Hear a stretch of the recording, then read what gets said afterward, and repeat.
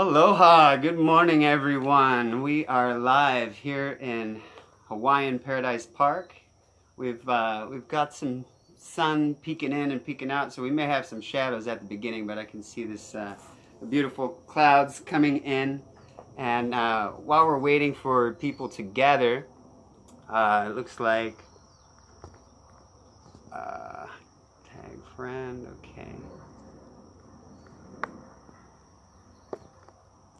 Looking for Kyla to join us. She's going to start us out today with a song, and yeah, we have the wonderful Lori Ivy with us today. If you would, while we're waiting for her, tell us a little bit about yourself. Sure. Hi everyone, my name is Lori Ivy and I am a new resident of the Big Island. I've been here almost 4 months and about a month and a half here in Pahoa. And it's such a beautiful community. Everyone's so open and heart space and conscious and evolving and healing and growing together. And I'm really happy to be here to integrate in with everyone. And thanks so much for having me on today. I'm really excited to be here. And yeah, it's exciting. I have to turn down my ringtone. I didn't realize it was beeping like that. Sorry everyone. We're still waiting for Kyla. Kyla, hopefully you're in the room. Once you're in the room, go ahead and click the join so we can start out with your song before we get into the heavy stuff. You know what I mean? But yeah, while we're waiting on you, basically, I'll just mention we had this scheduled already, but some interesting things have transpired over the last few days, and I feel like the time is now. You know, we really need to start doing something about it. So the question is, though, is what can we do? Because who am I? You know, I really I don't feel like I really know what to do.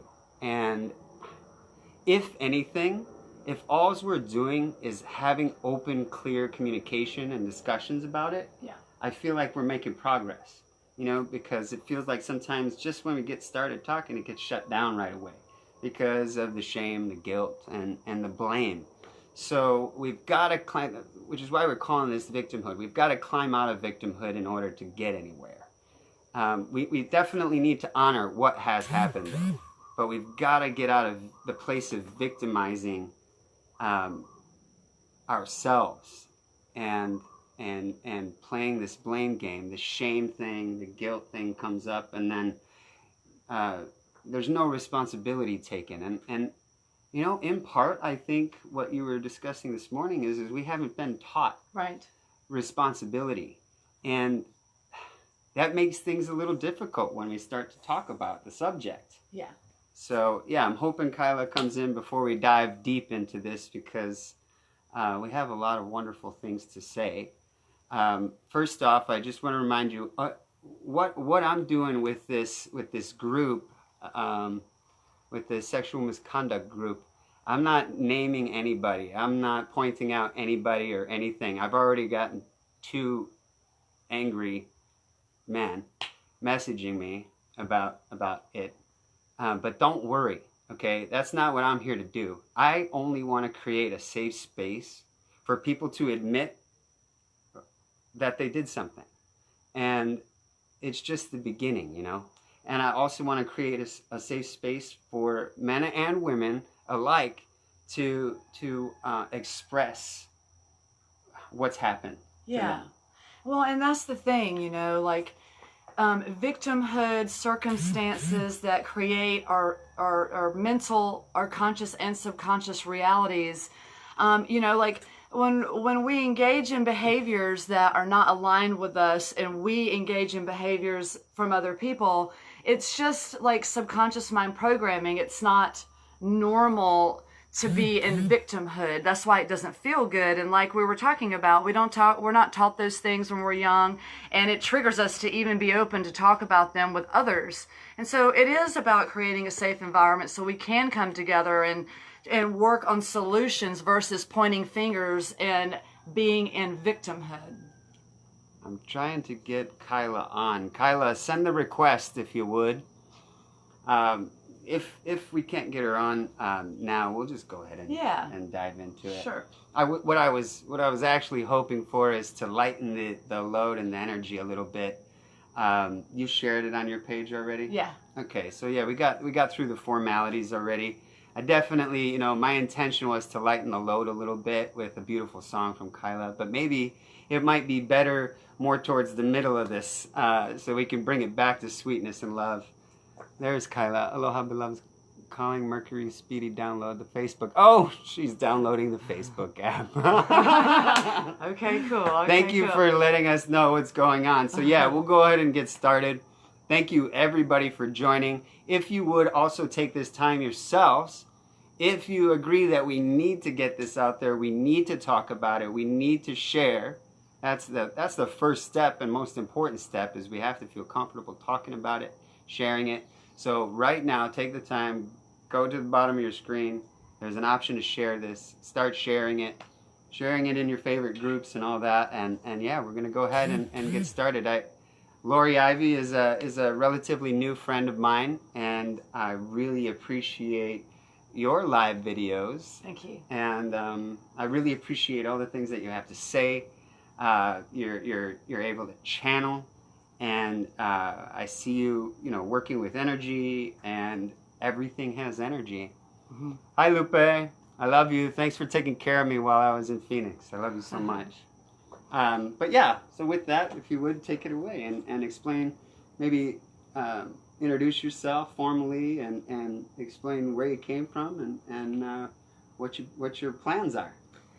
Yeah, well, I'm from Georgia originally, and I've been scooting around the mainland for several years now. And, divine order brought me to live here in Hawaii for now. And one of the things that I'm very passionate about is understanding thought processes and how our thought processes create our reality. Because thoughts are energy and motion, and everything is energy. And when we get dialed into our thought processes, we can get dialed into our own energy and how we're projecting ourselves into reality. As above, so below. What we feel within, we create without. And so, in a sense of victimhood, or feeling like a victim, I recognize from my own experiences that I have put myself and opened myself up in situations that invited in energy that I didn't want. And I wasn't realizing that I was in that flow. I've also engaged in behaviors that I did not set clear boundaries with, because I was just afraid or of my own mind, or I'm not really sure. It's a lack of understanding of our own minds. It's a lack of understanding of our own subconscious and our conscious. So if we set up boundaries in our own selves, we then create those boundaries with other people. We don't have to put up walls. Walls keep people out. Boundaries show people the way, either within or out the door. And it's about setting boundaries, but it's also about following through. Like, we can love all day, but it's about receiving love. So it's the same thing. It's the follow through of the boundary and being mindful of our behavior. If we put ourselves in a situation that we know isn't correct, and we open ourselves up to the energy that we can receive from that, then it's like, how much of that is being a victim when we receive energy that doesn't feel good to ourselves? And then it becomes like a blame game. We blame others for the behavior that we receive when we opened up that door to begin with. Well, that is something that I definitely wanted to talk about, that exact thing that you mentioned. So it comes up for me as responsibility. Yeah. I put myself in this position, so it's up to me to take care of the situation. That's correct. So if I bring that victim energy in, if I start to blame somebody or project outside of myself that this person is doing me wrong, well, then they're gonna do me wrong. Mm-hmm. And I'm not saying that there's situations where that's not the case, but what I am saying is sometimes we put ourselves in these positions. Mm-hmm. And the first step is taking responsibility, saying, oh, okay, I put myself here, I need to get myself out of here. Yeah. And staying firm and staying strong. And yeah. So how can people practice that? How can people work on this? Well, I think it's really important to work on boundaries within our own energy first. When we recognize our own flow and what we're open to receive and not receive, then that starts to open up our channel. It opens up the frequency to be able to invite in the energy that we're giving ourselves. Like for instance, my childhood was quite tumultuous, and when I got into my adult life, I blamed a lot of my situations on my past, of my childhood, of my upbringing, and then I began to create scenarios that didn't feel good to me, and I couldn't understand why the outside world was creating all of this. I used to joke around and say that the universe was playing tricks on me, but I was playing tricks on myself. And so in order to get out of that victim mentality, it's about taking responsibility of our own energy and looking at ourselves.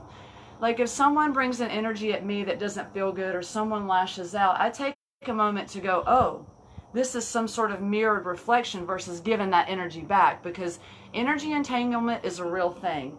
And if someone comes at us with an energy and we give it back to them, we then open up ourselves to take on their energy. Right. Versus going, okay, let's look at this from a non-reactionary point of view to be able to open and discuss. Communication is the key to everything. And if we're not speaking to each other, then we don't know. And then we get into this whole assumption thing, because we have programmed expectations in our own subconscious mind. And that whole expectation and all of that stuff, like we can have boundaries with ourselves without expectations. Yeah, and somebody just made a comment. I didn't get to read it, but it said children. So this does not include children. Right now, what came up is just between us adults, and that's what we're focusing on right now and trying to heal. So yeah, we're going to focus directly on adult relations, adult situations. Yeah, and the mindfulness behind our actions. Like if we open the door and step into some sort of behavior that we create, and then situations evolve from that, then it's about looking at ourselves to see why that energy was brought into the situation, versus continuously blaming others for the energy that we receive. I know since I've gotten dialed in with my own energy and recognizing the energy that I project out, I receive that energy in return. And it always, and sometimes it doesn't feel good. So instead of like taking on that energy and, oh, this person treated me that way, I look at it from my point of view to see, okay, what did I create? Did I create this situation? And then, okay, maybe yes, maybe no. But regardless, I get to choose how to engage further in that situation. So then it's like we become the magician in our own energy. So is it guilt and shame that puts us there, and that deflecting and pointing fingers? It's even lighter than guilt and shame. It's just a level of mindlessness. Like when we become aware of our own energy, then we can deal with the guilt and the shame and all of that. So it's what I like to say is embrace, release, and allow. Like when we embrace ourselves and the things that don't feel good, that we don't look at, we can release them. It's like it's just the recognition of ourself. And yeah, of course, the situations that we've been involved in, the guilt that we felt from the situations that we've created in our own environment definitely plays a role in how we engage in other people. So the reason why I asked that, though, is in the past, for me, I would feel guilt and shame and immediately deflect and or try to run away from the situation. And then I would point fingers at whoever. Yeah. So let's say I was the one. Let's say that you're the victim in the situation, and I'm the one wronging you. Let's just say, and you stop me and tell me, hey, that what you did was not okay, and then I respond by saying, well, you put me here. You did this, or you did this to me, or what you did was wrong.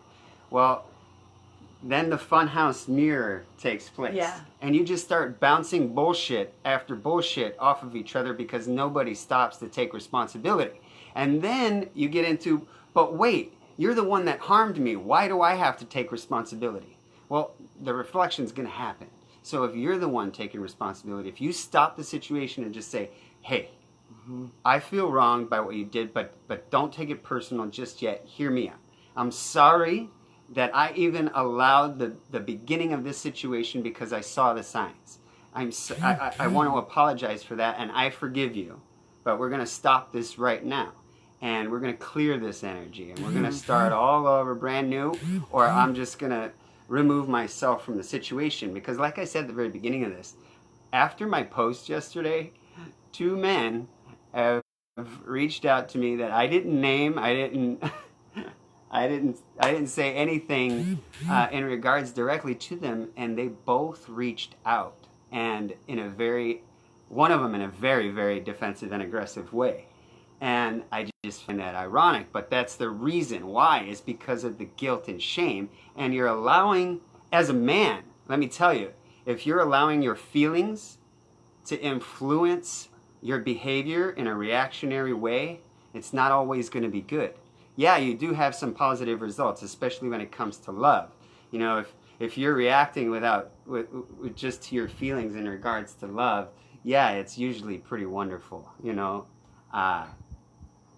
Bruce Lipton was talking about something about being in love, and I'd love to channel that right now, but I'm kind of off on another topic. But anyway, so when you're defensively reacting to your feelings as a man, I can't speak for a woman. I know my own process.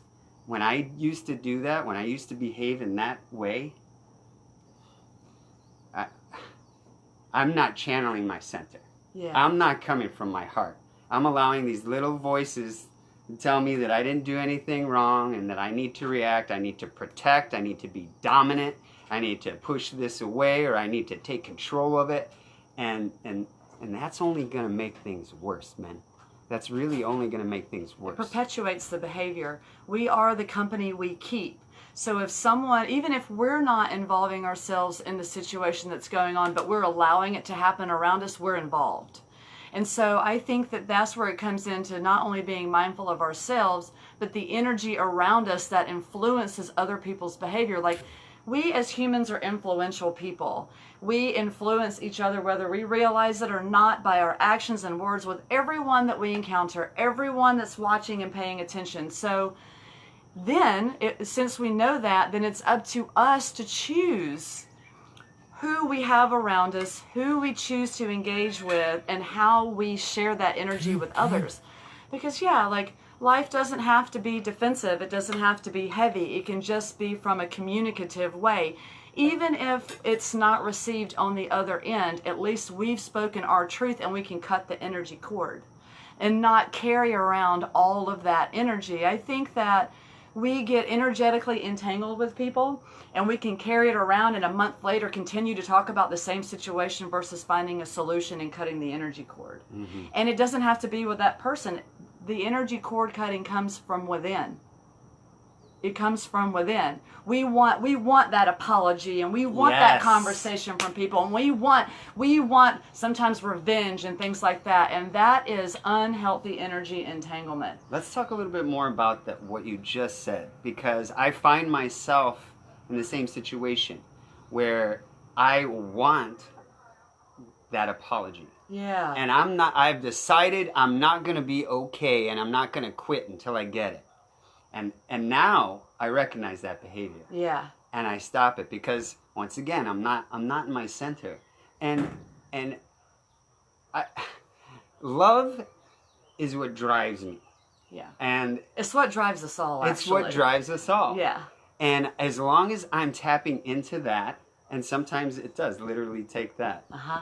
Yeah, and I teach another practice where you pretend that you are a pilot light for a hot water heater, for example. Mm-hmm. And that light is in the palm of your hands, and you place the palms of your hands underneath your heart when you find yourself in a situation. And these are practices. You just got to always practice them. And it's sort of a meditative kind of thing. And the results are astounding. So I'll look down and make sure my pilot light is only lit. It's not blown out, or it's not blaring up, heating that water. Mm-hmm. And then I'll focus on what that might look like. And remember, I'm bringing attention to my heart, and it's working. Yeah. So I calm down.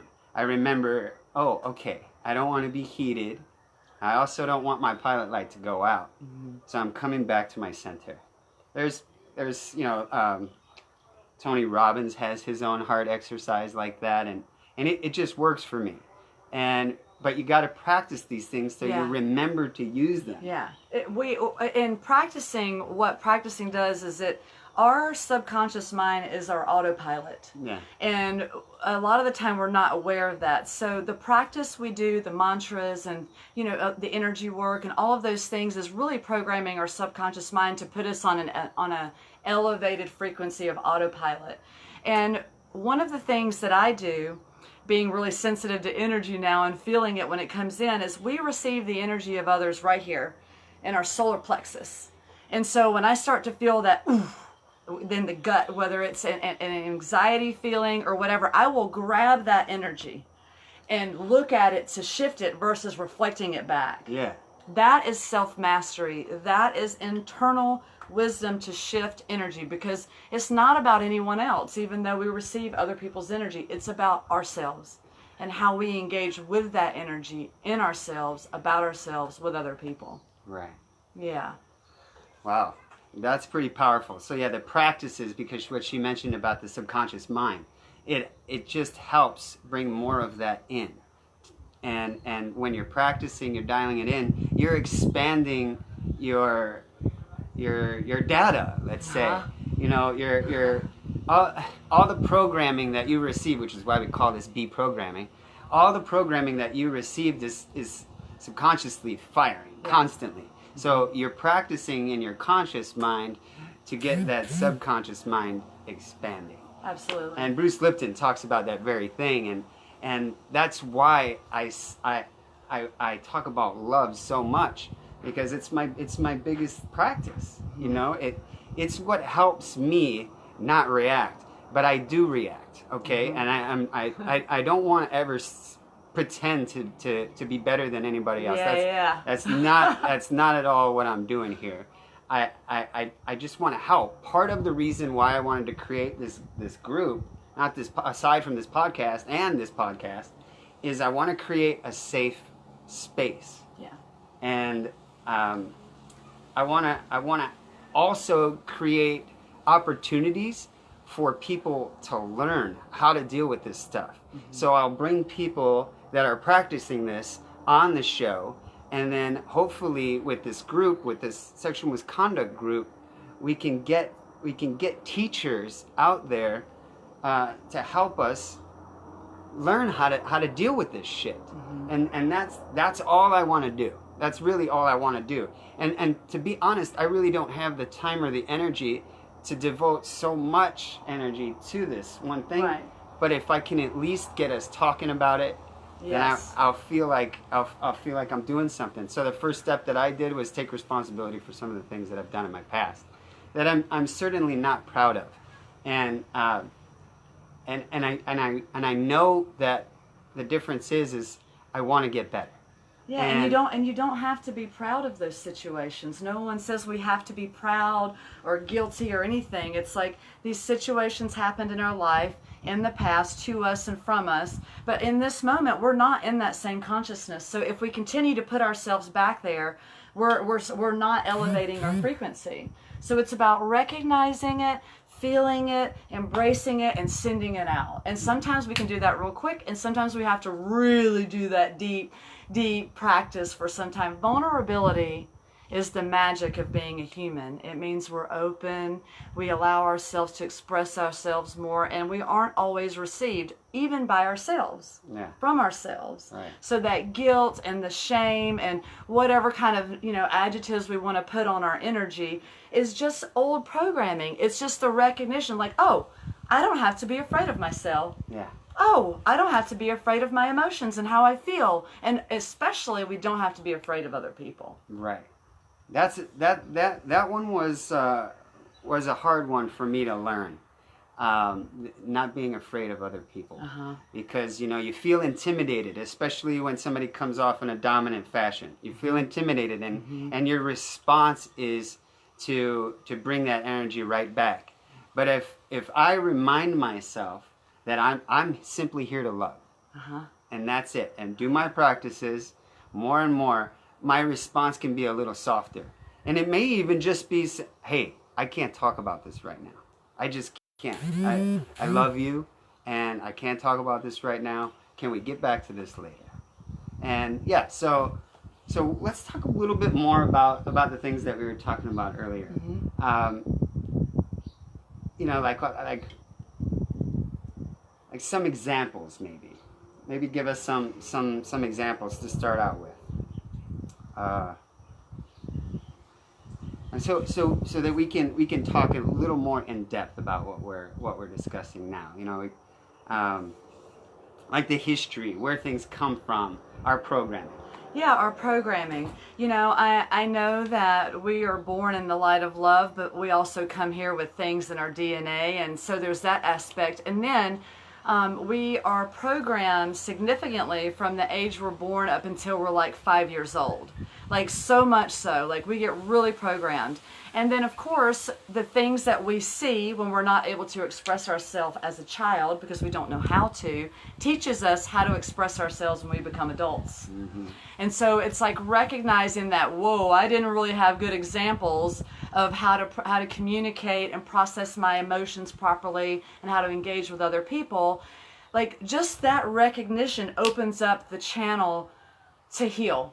Like I think us humans, we have the now mentality. We want it now. We want to be liberated, but it's a process, it's practice, because it took years to get here with this programming, right? That's exactly, Yeah. I don't mean to cut you off, but this is exactly what I wanted to come to.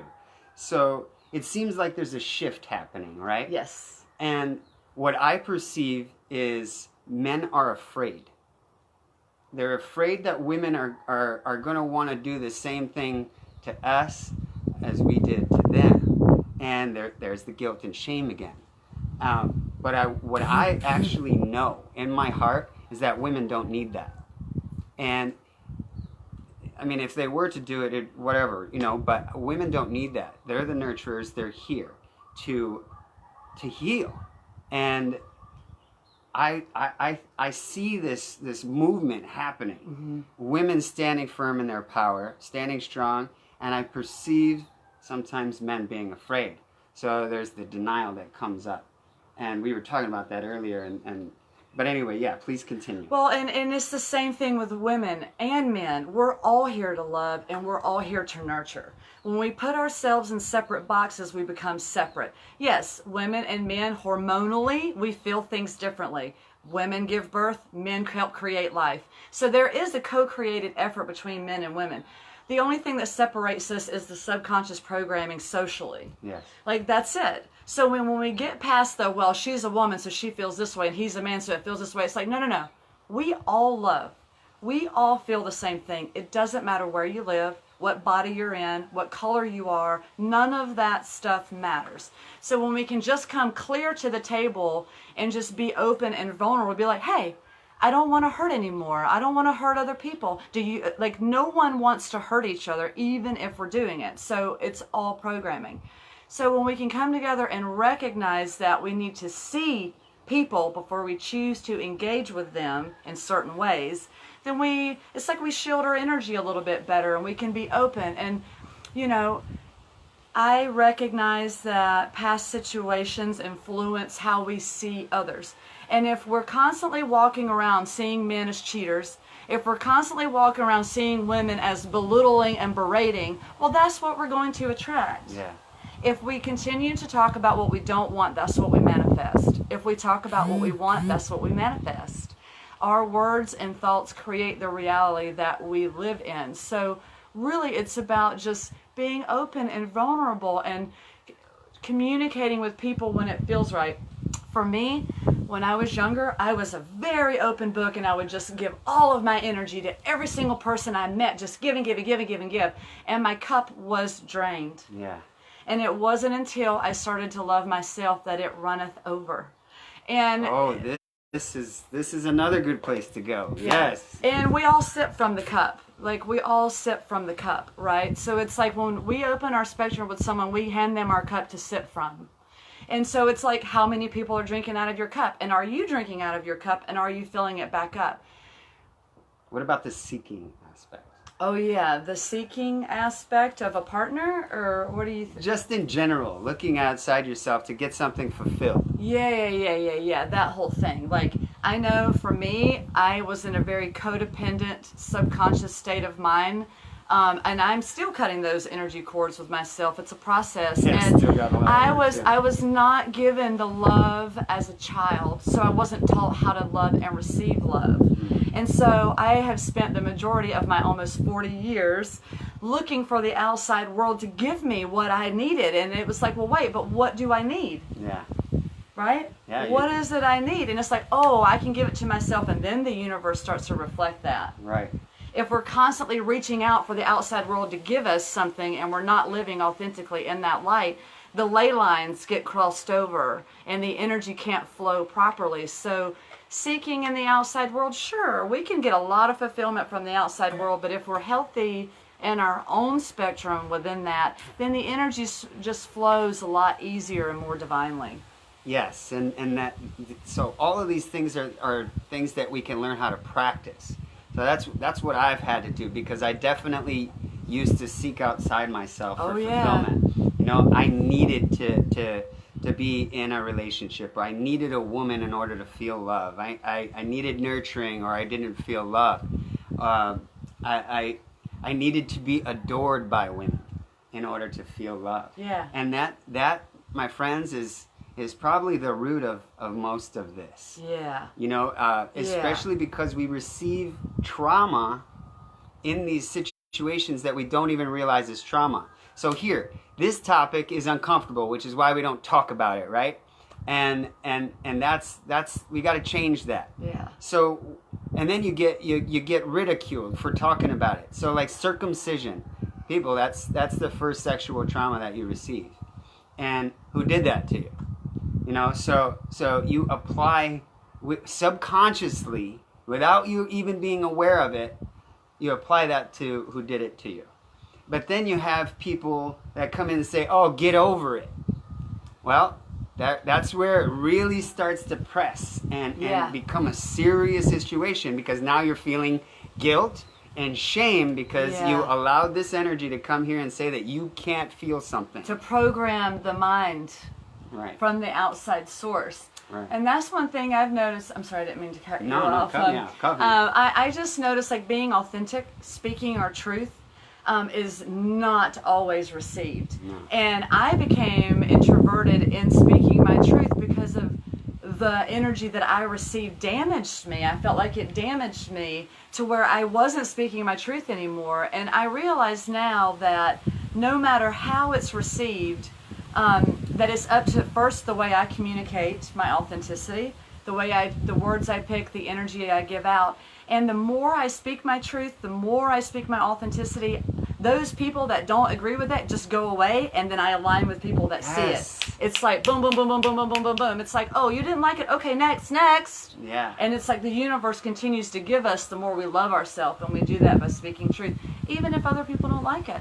Sometimes I don't even like the things I say to myself out loud, and then I'm like, whoa, where did that come from? Things still come up, you know. We ride the ebb and flows of the cosmic winds, and that influences our personal behavior and our thought processes. So, yeah. As we grow and change, the reflection becomes. So the people that are currently in your life, as you grow and change, they'll either leave or they'll grow and change with you.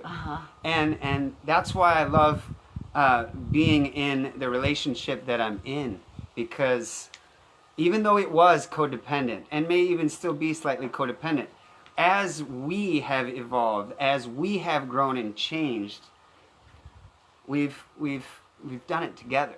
And it's not always equal. It's not always even. Yeah. That's for sure.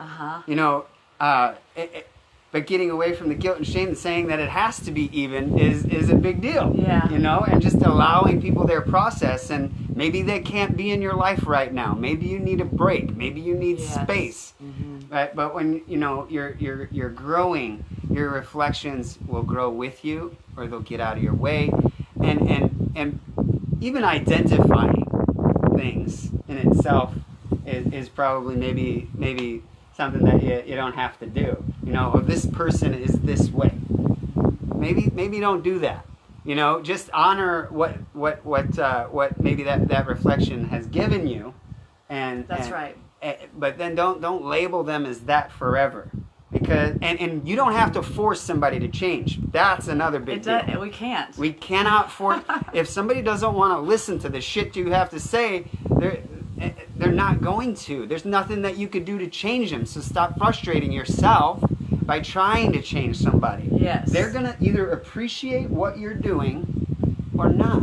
Yeah, and that's where the victim mentality comes in. Oh, well, he or she doesn't, it's like, whoa, no one has to go to our rhythm. Yeah. So if we put that expectation on someone and get angry with Yes. them because they didn't follow to our own rhythm, and then we go and speak that to other people, gossiping and influence other people's minds based on our own situation, that's not really, I feel that's not fair energy.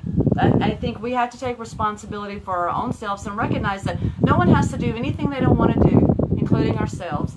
There is karmic reflections to everything that we do. So it's just about making choices, mindful choices of our energy. Yeah, so what we got here, we'll get some interaction going. We are inclined to say the things we think other people want to hear, even if it goes against their own energy. That is a big deal. That's that whole seeking to fill the cup up. Seeking, that's right. That's the seeking thing. And because we want approval. Yeah. We really want acceptance. And then when you make it a need, when you make acceptance a need, now you're looking outside yourself again. And that allows for so much to unfold. Victiming, blaming, and that's one thing that I realize I have to work on is, what are my needs? Well, actually, I just need food, water, shelter, and love. Yeah. Everything else is a want to me. Yeah. And so as long as since we're playing this identity game or identifying game, then I can narrow the identities down. Yeah. To as minimum as possible. Like right now, really, all I identify with is that I'm a heterosexual male. And to be truthfully honest, I think I'm even going to try to get away from that. It doesn't mean that I'm going to change my sexuality. Right. It doesn't mean that at all. Mm-hmm. It just means maybe I don't need to identify as anything. Yeah.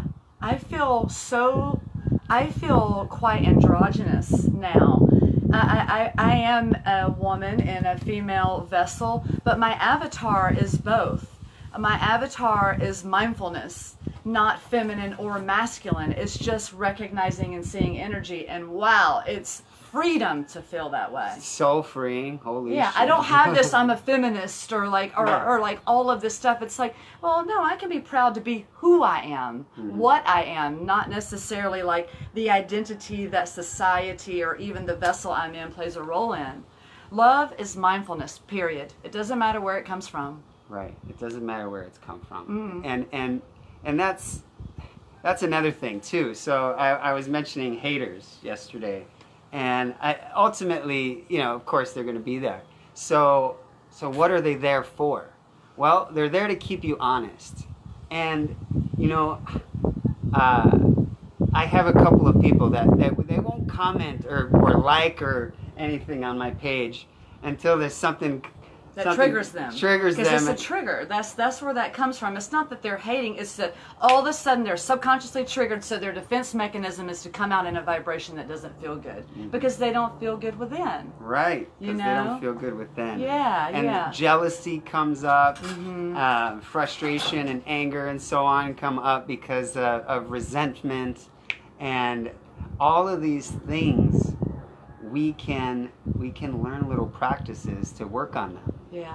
And so that's another reason why I wanted to start this sexual misconduct group. Is first off, a lot of men don't even know. That's something else that we could talk about. A lot of men don't even know what sexual misconduct is. Yeah. And I can speak from a female point of view that a lot of the time women don't realize that they open themselves up for that. Mm-hmm. Flirty little behaviors, well, in the mind of someone else, we don't know their programming. We don't know how they're going to react or how they're thinking. So for me, I know that I have become much more dialed energy in the energy that I'm giving out, because I've been in so many situations where I realized, ooh, I was like more open with my energy, and then I received energy back from men that I was like, oh, I don't want them hitting on me. Well, it's like, well, wait, but how was I engaging with them? Was I open up and leaning in and giving them yummy eyes? And like, I realized now that I was doing a lot of those situations. So it's like, it's a two-way street. Now, yes, I have received energy from men and women when I did not open that door energetically, but that's just the nature of humans. So it's like recognizing when we receive a behavior that we then can address it. You know, like, yeah, it's a balance of energy and how much we open up to allow. I know for myself, I've also put myself in situations sexually where I didn't want to follow through, but I did it anyway because I was in that situation, and then that resulted in guilt and shame. And it's like, whoa, I was in control of that situation if I wanted to be. Let's talk about that a little deeper, because I feel like that is a really sensitive subject. It's very sensitive. It's very sensitive, yeah. People regret yes what they did, and then all of a sudden story comes in. Yeah. I've witnessed it personally. And then people get defensive, and then that's where it looks bad. It looks bad to everybody else. And so I'll just tell a story real quick, and I won't name any names. So I live in community, and when we first opened up our home for the lava evacuees, we had people here that we didn't really know that well. And there was a situation where there was they engaged in a sexual act, and it was a man and a woman. Well, the morning time came. They slept together the whole night, and she requested the same thing to be repeated, and he said no. He said, nah, I don't feel in alignment with this. I'm sorry. Now, he knew that already, because we're leveling up and we got to take responsibility, men. So if you know that you don't want a relationship, well, then you shouldn't engage in that kind of thing unless you first express exactly what you want. So anyway, getting back to the story, she got triggered by that. And she said that he took advantage of her. Because he did. He did take advantage of her. But it was totally consensual. Yeah. And since she regretted it, she felt guilt and shame by his rejection in the morning. Yeah, but did he take advantage of her actually? Like if they went into it consensually, like what? But then you have to look at like, well, what was she expect? Was she expecting a relationship out of it to go further? Like that entanglement, it's like, whoa. Yeah. It's like just being mindful before engaging sexually with someone, because it's like, we all have our own programs, and we can be bruised by certain things in our life. So it's like having an expectation of energy entanglement, like having sex loosely like that is just so much energy entanglement. Yeah. So it is important just to be mindful and communicate beforehand if we're going to open ourselves up to share energy with people and be communicative, and then doing something that we don't want to, and then we feel shame and guilt, and then we meet someone else and they feel yummy, but subconsciously we're still guilty, and then that influences that behavior in that relationship, and it starts to perpetuate itself over and over and over again. So you carry it all with you until you process it. That's right. Correctly. Yeah. The shit is going to keep happening to you until you learn the lesson. Yeah. And it's going to get worse and worse. It's going to get more and more traumatic because the universe wants you to learn. The universe is going to slap you upside the head and continue to do it until you say, oh, oh shit, I'm doing this. Yeah. Oh my goodness, what am I going to do about it? Now that's so in that situation, yes, you're right. It was totally consensual. Well, what I'm talking about though is I know if I put myself in that situation, that when I reject her, I open myself up because I didn't have clear communication, for her feelings to be hurt. And now I need to be able to either receive it or walk away from it without making it worse. If I immediately put up a wall and say, "Oh, no, you did this, this, and this," you're not gonna stop. That's not responsibility. Right. I want to take responsibility and say, "You know what, Lori, I'm so sorry. I wasn't thinking clearly. I didn't mean to take advantage of you. Right. If you feel that I took advantage of you, please tell me what you need right now so that we can heal this." And it's like, oh, that opens up the space where it's like, okay, someone's being mindful for a change, right? Yeah. It's okay to have those talks. It is. It's okay. Yeah. But that's what I think it is, to wake up in the morning and it's like the walk of shame or something. Yeah. Like, I mean, sex is fun. Sex is great. Yeah. Yes. Have it and all that good stuff. But what I'm talking about here is opening clear channels of communication. And I know it's uncomfortable, right? You don't think it's sexy, right? When you find yourself in this romantic situation, you're like, damn, I don't know what I want either. Shit, I'm in this situation. What do I want? That's the perfect time to talk about it. Yeah. And you can make it sexy because you're nervous, right? All that nervous energy you can create magic with, trust me. And it just takes a little practice. Yeah, you might sound silly, you might sound uncomfortable, you might sound all of these things, but let me tell you, when you find yourself, and maybe we could demonstrate a little practice, because we originally were talking about how we can demonstrate, do a little demonstration of sharing energy, but yeah, you know, it can be sexy if you find yourself in a with a new attraction to somebody, and you're there with them. And then before you know it, you wind up in a situation like, let's say maybe you're in bed together, and all you want to do, all you've thought about doing is cuddling, but you don't necessarily know what the other person wants. They may even have expectations. You don't know though. But so until you talk about it, you're not going to find out, and you're opening yourself up for all kinds of shit. yeah. If you don't talk about it. So what are some of the things as a woman you could do to initiate that conversation? Well, first of all, I would be mindful of the other person's energy before I begin cuddling. Okay. Because once we step into that vortex, we're there. So it can be a little bit harder energetically for us to speak our truth, right? That's that nervousness. Yeah. Oh, I'm here, but what do I do now? And so, like, I know I'll speak from my experience right now of the way I'm flowing is like, I'm meeting new people and it's like opening up, but it's like, whoa, spending time getting to know someone first. And do I even want to open myself up to inviting them in to get personal and cuddle with me?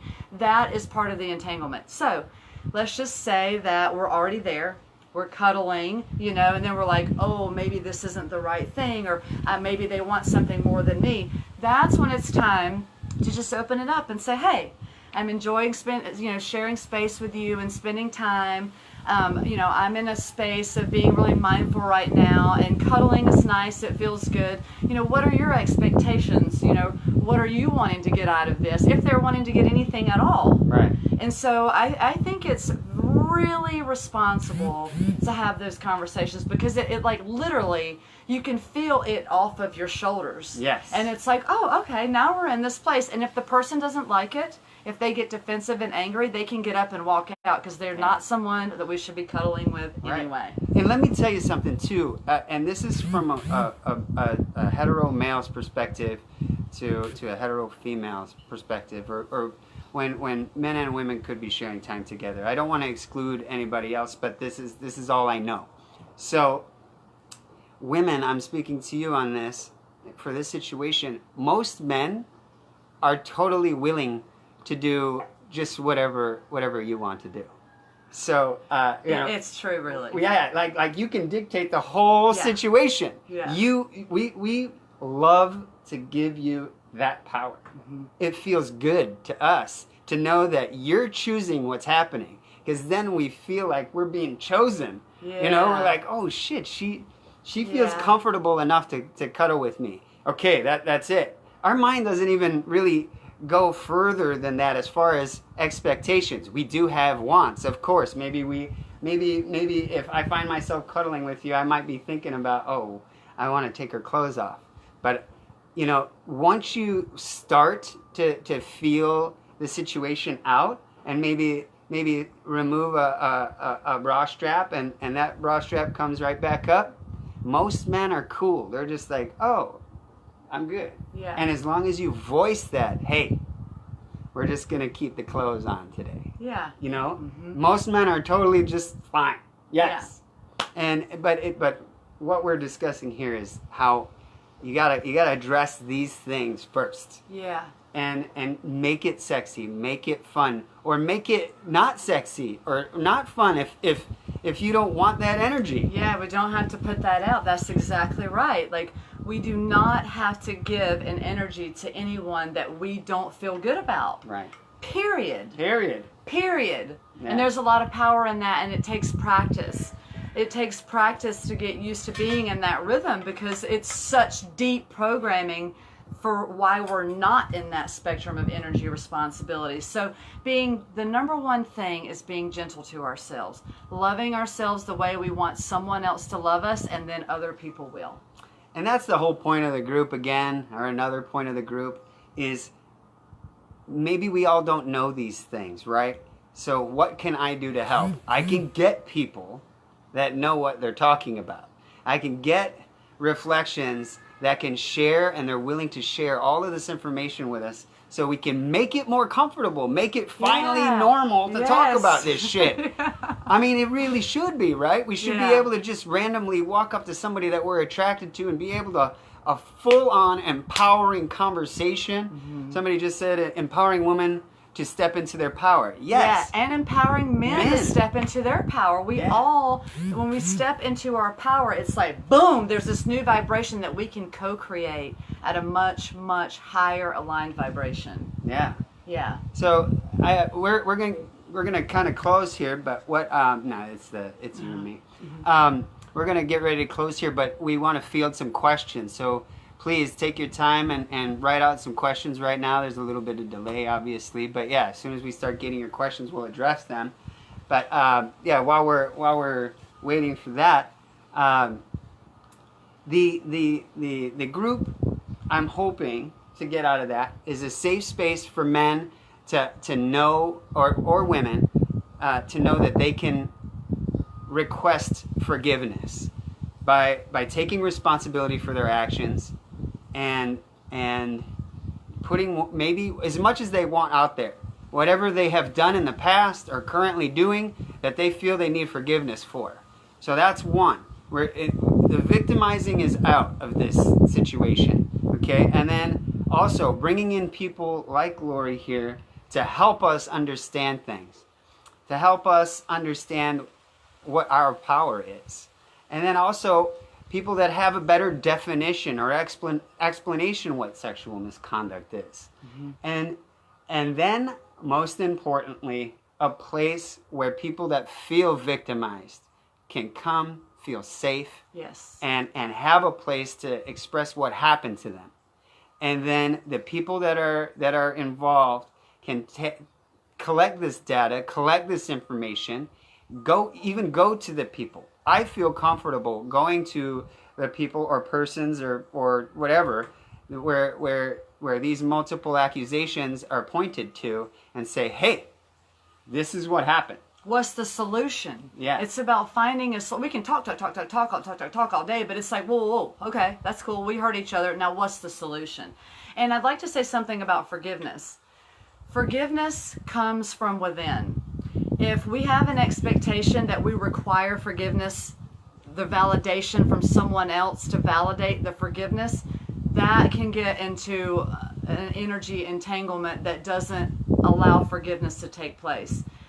Forgiveness comes from ourselves. We don't even have to talk to the other person to get forgiveness, because it's not even about forgiveness. It's about accepting what happened, seeing it for what it was, and releasing it, and not continuing to create those scenarios. Let it go. Yeah. And yeah, somebody just mentioned the indigenous would call this practice ho'oponopono. And we are in Hawaii. So they say when in Rome. Yes, I would love to indoctrinate that practice a lot more. And I'm not sure if it's in full effect yet, but I think it's on Oahu. They actually are bringing Ho'oponopono into court and exercising it there. Correct me if I'm wrong, but it means I love you, I'm sorry, forgive me, and thank you. And you can share breath, and you can touch your third eyes together. And these practices allow you to come to your center. They help you. These are all practices. Ho'oponopono is a practice. It's an exercise of ultimate love, forgiveness, and these are the things that we can learn. We can learn from and apply them to our lives. So I'm not here to out anybody, because I'm no better than anybody else. And I'm not here to blame anybody.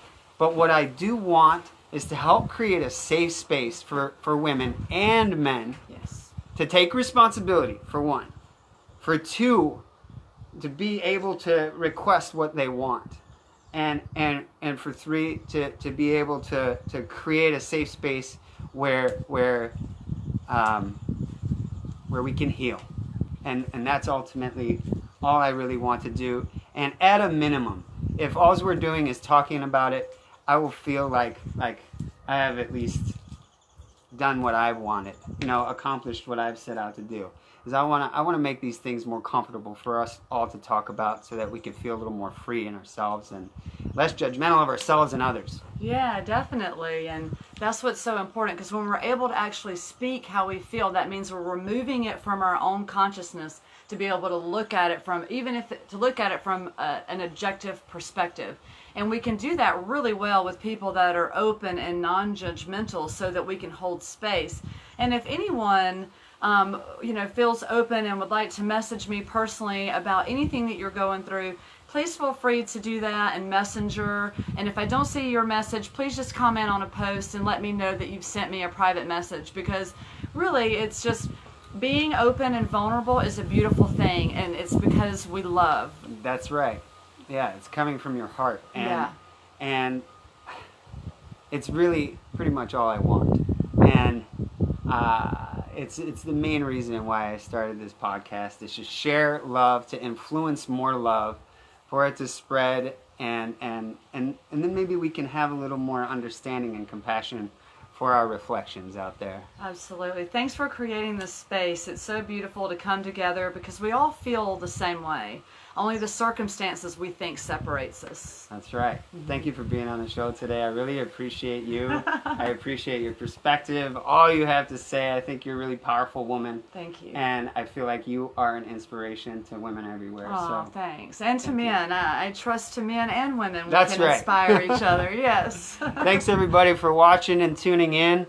Go to beprogramming.com, and you can download, if you have iTunes. But even if you don't have iTunes, you can download from the different venues. We're through Fireside and all that good stuff. beprogramming.com. Where do you want to send people for your stuff? Yeah, and I also have a YouTube channel. It's my name, Lori Ivy, and I share a lot on my platform on Facebook. So yeah, check us out. She's got a lot of good stuff to say. You should definitely subscribe to her channel. Hear what this woman has to say. She gives a lot of wonderful explanations. She gives a lot of demonstrations and practices that you can apply to your life, so that we can become one. Yeah. So thanks for tuning in. We love you.